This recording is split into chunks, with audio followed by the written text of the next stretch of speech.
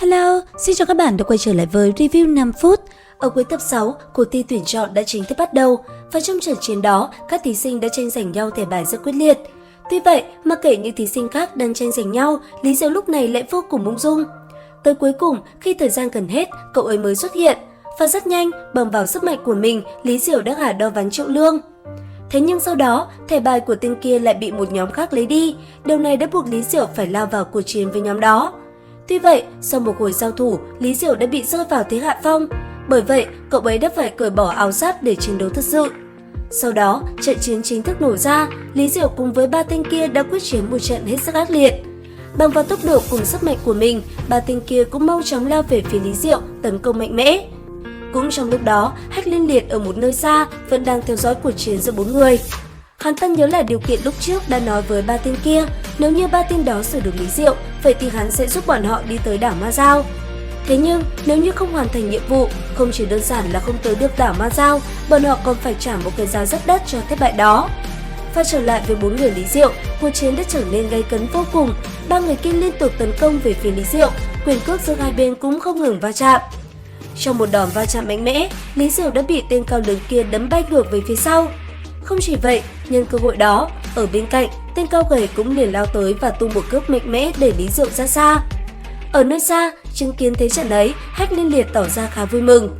Tuy vậy, Lý Diệu đã để hắn phải thất vọng rồi. Rất nhanh, anh ấy đã bắt đầu phản kích về phía ba tên kia.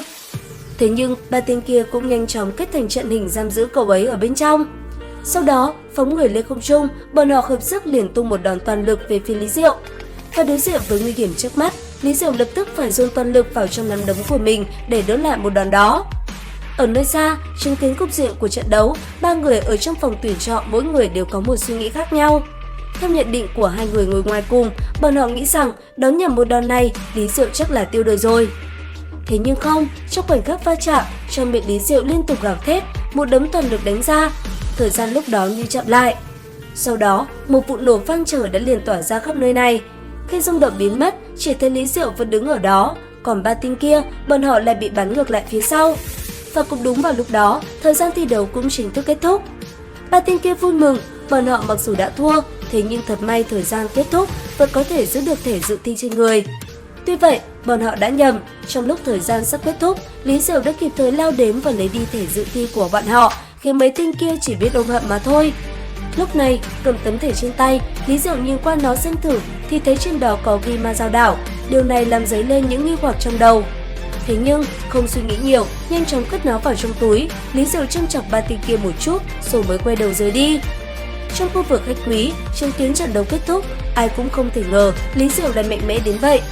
Còn Chu Ẩn, ông ấy rất hài lòng với bạn học sinh này, hiển nhiên cậu ấy đã lọt vào mắt của ông ta. Sau đó, ông ấy cũng quay sang nói với Hách Liên Bá, có vẻ như Lý Diệu cùng con trai ông ta có hiểu lầm thì phải. Nghe xong, Hách Liên Bá liền chối bay chối biến, giả bộ không biết gì cả. Thế nhưng, Chu Ẩn cũng không nói thêm gì nữa mà liền rời đi. Cũng trong lúc đó, ở tại một nơi xa, khi Hách Liên Liệt và Tư Giai Tuyết xem bảng xếp hạng cuộc thi vừa rồi, bọn họ cũng phải giật mình với Lý Diệu. Thời gian trôi qua, ngày hôm sau, Lý Diệu cùng những người chiến thắng trong cuộc thi này đã được đi tới đảo Ma Dao.